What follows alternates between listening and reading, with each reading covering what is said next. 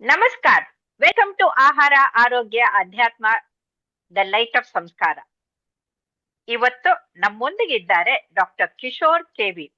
ಇವರು ಅತ್ಯಂತ ಸುಪ್ರಸಿದ್ಧವಾದಂಥ ನರರೋಗ ತಜ್ಞರು, ಎಪಿಲೆಪ್ಟಾಲಜಿಸ್ಟು ಅಂದ್ರೆ ಎಪಿಲೆಪ್ಸಿಗೆ ಟ್ರೀಟ್ಮೆಂಟ್ ಕೊಡುವಂಥವ್ರು, ವಿಶ್ವವಿದ್ಯಾಲಯಕ್ಕೆ ಚಿನ್ನದ ಪದಕ ತಗೊಂಡಂಥವ್ರು.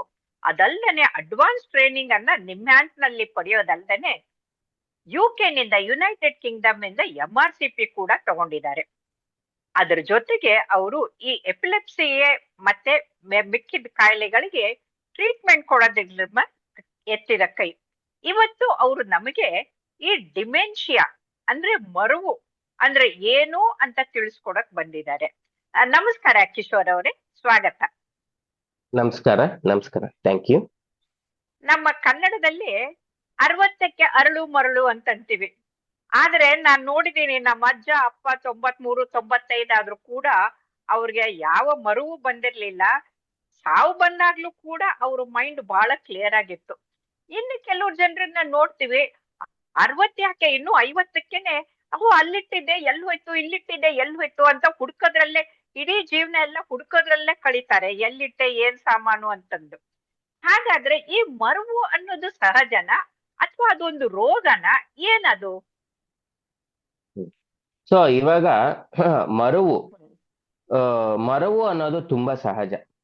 ಇವಾಗ ನಾವು ಕೂಡ ಎಷ್ಟೊಂದು ಮರ್ತೋಗಿರ್ತೀವಿ ನಾರ್ಮಲಿ ಕೂಡ. ಸೊ ಯಾಕಿದು ಅಂತಂದ್ರೆ ನಮ್ಮ ಬ್ರೈನ್ ನಲ್ಲಿ ಕೆಪಾಸಿಟಿ ಕಡಿಮೆ ಇರುತ್ತೆ. ಸೊ ಎಲ್ಲಾ ಮೆಮೊರೀಸ್ ನ ಹಿಡ್ಕೊಳಕ್ಕಾಗಲ್ಲ. ಗೂಗಲ್ ಡ್ರೈವ್ಗಾದ್ರೆ ದುಡ್ಡು ಕೊಟ್ಟು ಜಾಸ್ತಿ ಮಾಡ್ಕೋಬಹುದು, ಆದ್ರೆ ನಮ್ಗೆ ಆತರ ಮಾಡ್ಲಿಕ್ಕೆ ಆಗಲ್ಲ. ಸೊ ಇರೋ ಮೆಮೊರಿನಲ್ಲಿ ಇಟ್ಕೋಬೇಕು. ಸೊ ಇವಾಗ ಹೇಗೆ ನಮ್ಮ ಹತ್ರ ಸ್ಪೇಸ್ ಕಡಿಮೆ ಇದ್ರೆ ಬೇಡದೇ ಇರೋದೆಲ್ಲ ವಿಡಿಯೋಸ್ ಎಲ್ಲ ಡಿಲೀಟ್ ಮಾಡ್ತೀವಲ್ವಾ, ಬೇಕಾಗಿರೋದು ಮಾತ್ರ ಇಟ್ಕೊಂಡಿರ್ತೀವಿ. ಕಡಿಮೆ ಆದಂಗೆ ಅದಕ್ಕೆ ಹಳೇದು, ಅನ್ವಾಂಟೆಡ್, ಬೇಡವಾಗಂತದ್ದು, ಕೆಟ್ಟ ಆಲೋಚನೆಗಳನ್ನೆಲ್ಲ ಡಿಲೀಟ್ ಮಾಡ್ಕೊಂಡು ತೊಳ್ಕೊಂಡು ಕ್ಲೀನ್ ಮಾಡಿ ಇಟ್ಕೊಳ್ಬೇಕು ಮನಸ್ಸನ್ನ. ಸರಿ, ಖಂಡಿತ. ಸೊ ಹಾಗೇನೆ ಇದನ್ನ ಬೇಕಾಗಿರೋದನ್ನ ಮಾತ್ರ ಇಟ್ಕೊಂಡಿರುತ್ತೆ. ಸೊ ಮೆಮೊರಿ ಲಾಸ್ ಅನ್ನೋದು ಸಹಜ.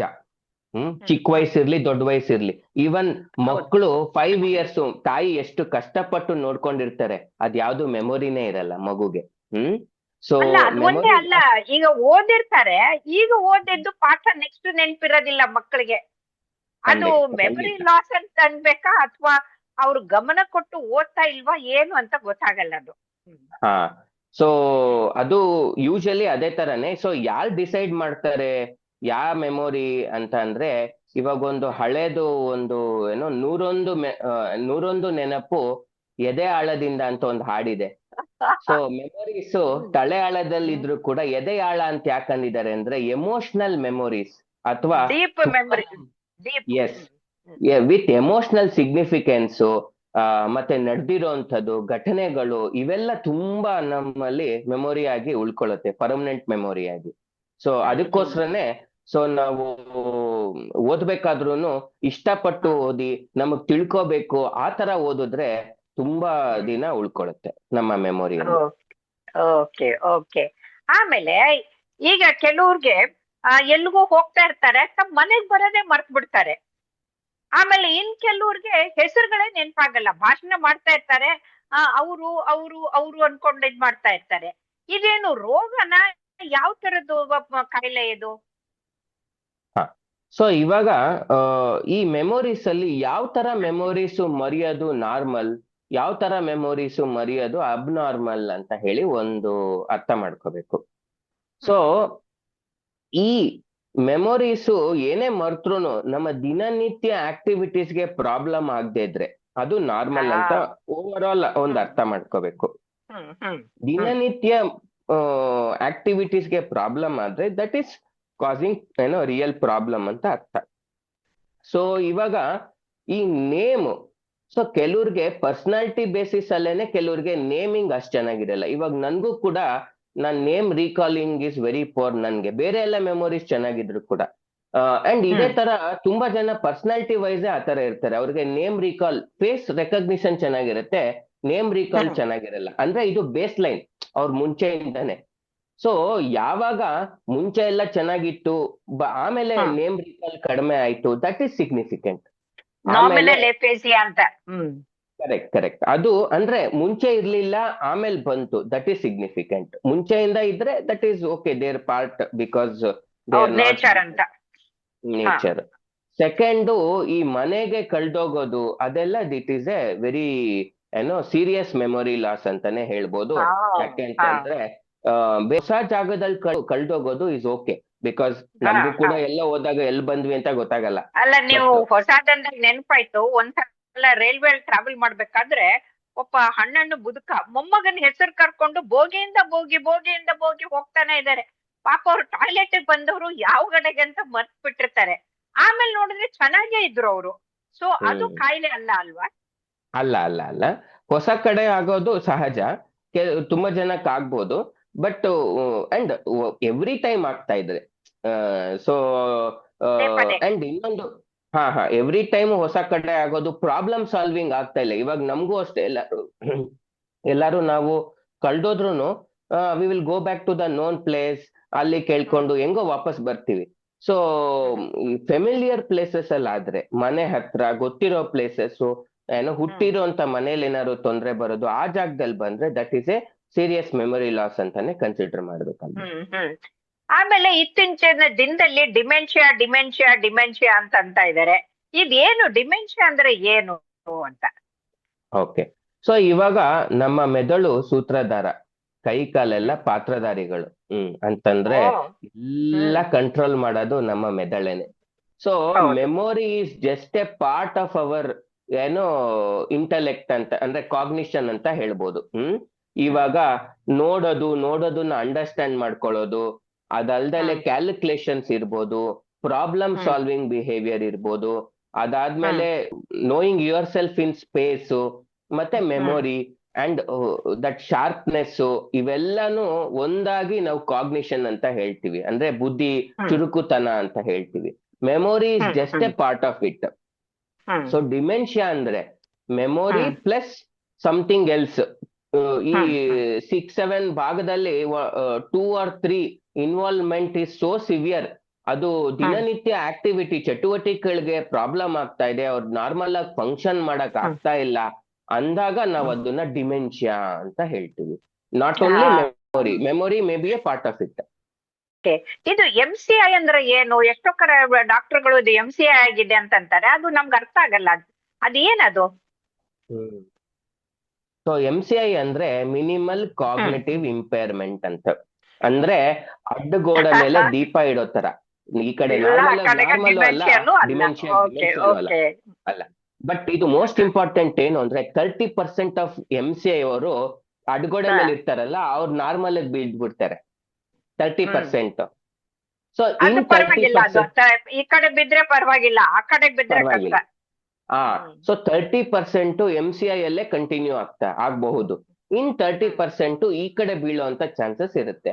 ಸೊ ಅದಕ್ಕೆ MCI ಅಲ್ಲಿ ಇರೋರ್ನ ನಾವೇನ್ ಮಾಡ್ತೀವಿ, ಅಗ್ರೆಸಿವ್ ಆಗಿ ಟೆಸ್ಟ್ಗಳು ಮಾಡ್ಕೊಂಡು ಏನಾದ್ರು ರಿವರ್ಸಬಲ್ ಚೇಂಜಬಲ್ ಕಾಸಸ್ ಏನಾದ್ರು ಇದೆಯಾ, ಅದಲ್ದಲೆ ಕಾಗ್ನೇಟಿವ್ ಡೀಟೇಲ್ ಅಸೆಸ್ಮೆಂಟ್ ಮಾಡಿ ಕಾಗ್ನೇಟಿವ್ ಥೆರಪಿ ಮಾಡುವಂತದ್ದು ಮಾಡ್ತೀವಿ. So that they become more functional. ಡಿಮೆನ್ಷಿಯಾಗೆ ಹೋಗೋದನ್ನ ತಡೆಗಟ್ತಾ ಇದ್ದೀರಾ ನೀವು? Yes exactly. Or postpone. So dementia ಆಗೋದನ್ನ ಇನ್ನೊಂದ್ 10 ವರ್ಷನೋ ಎಷ್ಟೋನೋ ಮುಂದೆ ಹಾಕೋದು, ಇಲ್ಲ ಅವ್ರು ಡಿಮೆನ್ಷಿಯಾ ಬರದ ಹಾಗೆ ನೋಡ್ಕೊಳ್ಳೋದು, ಇದು ಕಾರಣ. ಸೊ ಹಾಗಾಗಿ ಯಾರಿಗೆ ಸ್ವಲ್ಪ ಮುನ್ಸೂಚನೆ ಬರ್ತಾ ಇದ್ದಂಗೆ ಈ ಮರವು ರೆಕಗ್ನಿಷನ್ ಅದು ಮರ್ತು ಹೋಗ್ಬಿಡ್ತಾ ಇದ್ರೆ ತಕ್ಷಣಕ್ಕೆ ಬಂದು ಪರೀಕ್ಷೆ ಮಾಡೋದು ಬಹಳ ಮುಖ್ಯ ಅಂತ ಹೇಳ್ತಾ ಇದ್ದೀರಿ. ಹಾಗಾದ್ರೆ ಇದು ಯಾವ ಟೈಪ್ ಡಿಮೆನ್ಷಿಯಾಗಳಿದೆ, ಅದಕ್ಕೆ ಟ್ರೀಟ್ಮೆಂಟ್ ಏನು? ಸೊ ಇವಾಗ ಡಿಮೆನ್ಷಿಯಾದಲ್ಲಿ ನಾನಾ ತರದ್ದಿರುತ್ತೆ. ಸೊ ಒಂದು ಎಲ್ಲರಿಗೂ ಫೇಮಸ್ ಡಿಮೆನ್ಷಿಯಾ ಗೊತ್ತು, ಆಲ್ಝೀಮರ್ಸ್ ಅಂತ ಹೇಳ್ತೀವಿ. ಇದರಲ್ಲಿ ಮೆಮೊರಿ ಲಾಸ್ ತುಂಬಾ ಪ್ರಾಮಿನೆಂಟ್ ಇರುತ್ತೆ. ಕೇಳಿದ್ದೆ ಕ್ವಶನ್ಸ್ ಕೇಳ್ತಾ ಇರ್ತಾರೆ. ಇದು ಕೇಳಿದ್ದೆ ಕ್ವಶನ್ಸ್ ಯಾಕೆ ಕೇಳ್ತಾರೆ ಅಂತಂದ್ರೆ ಅವ್ರಿಗೆ ಆನ್ಸರ್ ಮರ್ತೋಗಿರುತ್ತೆ ಅಂತಲ್ಲ, ಕೇಳಿದ್ದೆ ಮರ್ತೋಗಿರುತ್ತೆ. ಇವಾಗ ಇವಾಗ ಕೇಳಿದ್ ಮರ್ತೋದ್ರೆ ನಮಗ್ ಆನ್ಸರ್ ಗೊತ್ತಿಲ್ಲ ಅಂದ್ರೆ ನಾವು ಪುನಃ ಕೇಳಲ್ಲ, ಏನ್ ಅನ್ಕೋತಾರಪ್ಪ ಅಂತ ಹೇಳಿ. ಸೊ ಅವ್ರಿಗೆ ಕೇಳಿದ್ದೇ ಮರ್ತೋಗಿರುತ್ತೆ. ಸೊ ಬಟ್ ಈ ಆಲ್ಝೀಮರ್ಸ್ ಇರೋರು ನಮ್ಮ ಹತ್ರ ಬಂದು ಟ್ರೀಟ್ಮೆಂಟ್ ತಗೊಳಕ್ಕೆ ತುಂಬಾ ಲೇಟ್ ಆಗತ್ತೆ, ಯಾಕಂದ್ರೆ ಅವ್ರಿಗೆ ಯಾರಿಗೂ ಬೇರೆ ತೊಂದರೆ ಆಗ್ತಿರಲ್ಲ. ಗೊತ್ತಾಗಲ್ಲ. ಸೊ ಮನೇಲಿ ವಯಸ್ಸಾಗಿ ಅರಳು ಮರಳು ಅಂತ ಹೇಳಿ ಅದು ಕಂಟಿನ್ಯೂ ಆಗ್ತಾ ಇರುತ್ತೆ. ತುಂಬಾ ಜಾಸ್ತಿ ಆದಾಗ ಮಾತ್ರ ಬರ್ತಾರೆ. ನೆಕ್ಸ್ಟ್ ಟೈಪ್ ಫ್ರಾಂಟೋ ಟೆಂಪೋರಲ್ ಡಿಮೆನ್ಷಿಯಾ ಅಂತ ಹೇಳ್ತೀವಿ. ಅದರಲ್ಲಿ ಸ್ವಲ್ಪ ಬಿಹೇವಿಯರಲ್ ಎಲ್ಲ ಚೇಂಜಸ್ ಬರೋದ್ರಿಂದ ಅವರು ನಮ್ಮ ಹತ್ರ ಬೇಗ ಬರ್ತಾರೆ. ಆಮೇಲೆ ರ್ಯಾಪಿಡ್ಲಿ ಪ್ರೋಗ್ರೆಸಿವ್ ಡಿಮೆನ್ಷಿಯಾ ಅಂತ ಹೇಳ್ತೀವಿ. Within few weeks and months full tip top ಆಗಿ ನಾರ್ಮಲ್ ಆಗಿದ್ದವರು ತುಂಬಾ ಒಂದು 5 ವರ್ಷದ ಮಗು ತರ ಆಗೋಗಿರ್ತಾರೆ.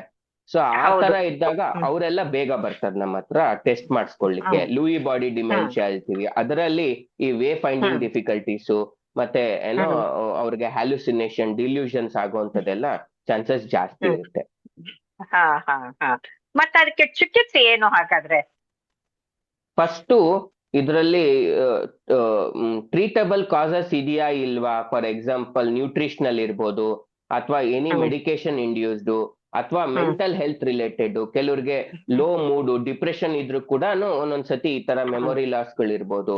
ಇದಲ್ದಲೆ immune mediated, autoimmune encephalitis, paraneoplastic ಇವೆಲ್ಲ ಚೆಕ್ ಮಾಡ್ಕೋತೀವಿ. ಸೊ ಯಾವ್ದಾದ್ರು ರಿವರ್ಸಬಲ್ ಪ್ರಾಬ್ಲಮ್ಸ್ ಇದ್ರೆ ಅದನ್ನ ನಾವು ಟ್ರೀಟ್ಮೆಂಟ್ ಕೊಟ್ಟು ರಿವರ್ಸ್ ಮಾಡಕ್ಕೆ ಪ್ರಯತ್ನ ಪಡ್ತೀವಿ. ಈ ರಿವರ್ಸಬಲ್ ಕಾಸಸ್ ಸಿಕ್ಲಿಲ್ಲ ಅಂದ್ರೆ ಫಾರ್ಮಕಾಲಜಿಕಲ್ ಥೆರಪಿ ಅಂದ್ರೆ medicines plus cognitive rehabilitation, cognitive retraining ಅಂತ ಹೇಳ್ತೀವಿ. ಅದರಲ್ಲಿ ಅವ್ರನ್ನ ಮ್ಯಾನೇಜ್ ಮಾಡ್ಲಿಕ್ಕೆ ಪ್ರಯತ್ನ ಪಡ್ತೀವಿ. ಓಕೆ. ಈಗ ಈ ಆಲ್ಕೋಹಾಲ್ ತಗೊಳ್ಳೋರ್ಗೆ ಅಂತವ್ರಿಗೂ ಕೂಡ ಇದು ಡಿಮೆನ್ಷಿಯಾ ಬರ್ಬೋದಲ್ವಾ? ಅವ್ರಿಗೆ ಅರಳು ಮರಳು ಬರ್ಬೋದಲ್ವಾ? ಸೊ ಹಾಗಾಗಿ ಯಾವ್ಯಾವ ದುಶ್ಚಟಗಳಿಂದ ಈ ಅರಳು ಮರಳು ಬರುತ್ತೆ, ಯಾವ್ದನ್ನ ಮಾಡಬಾರ್ದು ಅನ್ನೋದನ್ನ, ಏನ್ ಮಾಡ್ಬೇಕು ಏನ್ ಮಾಡಬಾರ್ದು ಅಂತ ದಯವಿಟ್ಟು ತಿಳಿಸ್ಕೊಡಿ. ಖಂಡಿತ. ಸೊ ಈ ಕ್ವಶನ್ ನಂಗೆ ತುಂಬಾ ಕೇಳ್ತಾರೆ, ಡಾಕ್ಟ್ರೆ ನಾವೆಲ್ಲ ಕರೆಕ್ಟ್ ಆಗಿ ನಡೀತಿದ್ಯಾ ನಮ್ ಬ್ರೈನು ಅಂತ ನೋಡ್ಕೊಳಕ್ ಏನಾರು ನಿಮ್ ಹತ್ರ ಏನಾರು ಆಕ್ಟಿವಿಟಿ ಇದೆಯಾ ಅಂತ ಹೇಳಿ. ಸೊ ನಾನು ಯೋಚನೆ ಮಾಡಿದೆ, ಹೌದಲ್ವಾ, ನಾವ್ ಹೆಂಗೆ ಒಂದು ಗ್ರಾಸ್ ಅಸೆಸ್ಮೆಂಟ್, ಆಬ್ವಿಯಸ್ಲಿ ಇದು ಫೈನಲ್ ಡೈಟೈಲ್ ಆಗಿ ಮಾಡ್ಬೇಕು. ಗ್ರಾಸ್ಲಿ ನಾನು ಯೋಚನೆ ಮಾಡ್ದಂಗೆ ಕುಕ್ಕಿಂಗು ಮತ್ತೆ ಡ್ರೈವಿಂಗು ಇವೆರಡು will involve all parts of the brain. ಎಲ್ಲ ಬೇರೆದು ಮಾಡ್ಬೋದು, but most common. So cooking ಅಂದ್ರೆ ಹಾಕಿದ್ದೇ ಹಾಕ್ತಾರೆ, ಖಾರ ಹಾಕಿದ್ದೇ ಹಾಕ್ತಾರೆ, ಮರ್ತು ಬಿಟ್ಟಿರ್ತಾರೆ ನೋಡಿ. ಖಂಡಿತ. ಸೊ ಕುಕಿಂಗ್ ಅಂದ್ರೆ ಮ್ಯಾಗಿ ಮಾಡಕ್ ಬರುತ್ತೆ, ಅನ್ನ ಇಡ್ತೀನಿ ಅನ್ನೋದಲ್ಲ, ಎಂಟು ಎಂಡು ಮಾಡ್ಕೊಂಡು ಸರ್ವ್ ಮಾಡೋವರ್ಗು. ಕರೆಕ್ಟ್. ಅದು ಡ್ರೈವಿಂಗು ಕೂಡನು. ಸೊ ಟ್ರಾಫಿಕ್ ಅಲ್ಲಿ ಪಾರ್ಕಿಂಗ್ ಮಾಡಿ ತಗೊಂಡ್ ಬಂದು ನಿಲ್ಸಿ ಪೆಟ್ರೋಲ್ ಹಾಕ್ಸಿ ಎಲ್ಲಾ ಮಾಡಕ್ ಆಗ್ತಿದೆ ಅಂತಂದ್ರೆ, ಎಸ್ ಎಸ್ ಇವೆಲ್ಲ ಮಾಡಕ್ ಆಗ್ತಿದೆ ಅಂದ್ರೆ more or less cognitive function of the brain intact ಇದೆ ಅಂತ ಹೇಳಿ ಒಂದು ಗ್ರಾಸ್ ಆಗಿ ಒಂದು ಅಸೆಸ್ಮೆಂಟ್ ಮಾಡ್ಕೋಬಹುದು. ಸೊ ಇವಾಗ ಏನೇನ್ ಮಾಡ್ಬೇಕು? ಇವಾಗ ನಾವು mainly physically and mentally active ಇರಬೇಕು. ಸೊ ದಟ್ ಎಲ್ಲ ಪಾರ್ಟ್ಸ್ ಆಫ್ ದ ಬ್ರೈನ್ಗೆ ಸ್ಟಿಮ್ಯುಲೇಷನ್ ಆಗ್ತಾ ಇರೋದು, ಹೊಸ ಹೊಸದು ಕಲಿತಾ ಇರೋದು, ಲವಲವಿಕೆ ಆಗಿರುವಂತದ್ದು. ಸೊ ಹೊಸ ಭಾಷೆ ಇರ್ಬೋದು, ಹೊಸ ಸ್ಕಿಲ್ ಇರ್ಬೋದು, ಕಲಿತಾ ಇದ್ರೆ ಅದು ಚುರುಕಾಗಿರುತ್ತೆ ಅಂಡ್ ಡಿಮೆನ್ಷಿಯಾನ ನಾಳೆ ಬಾ ಅಂತ ಹೇಳಿ ತಳ್ಳಬಹುದು. Okay okay. ವೀಕ್ಷಕರಿಗೆ ಈ ಡಿಮೆನ್ಷಿಯಾ ಬಗ್ಗೆ ಏನು ಕಿವಿ ಮಾತು ಹೇಳ್ತೀರಿ ಅವ್ರಿಗೆ?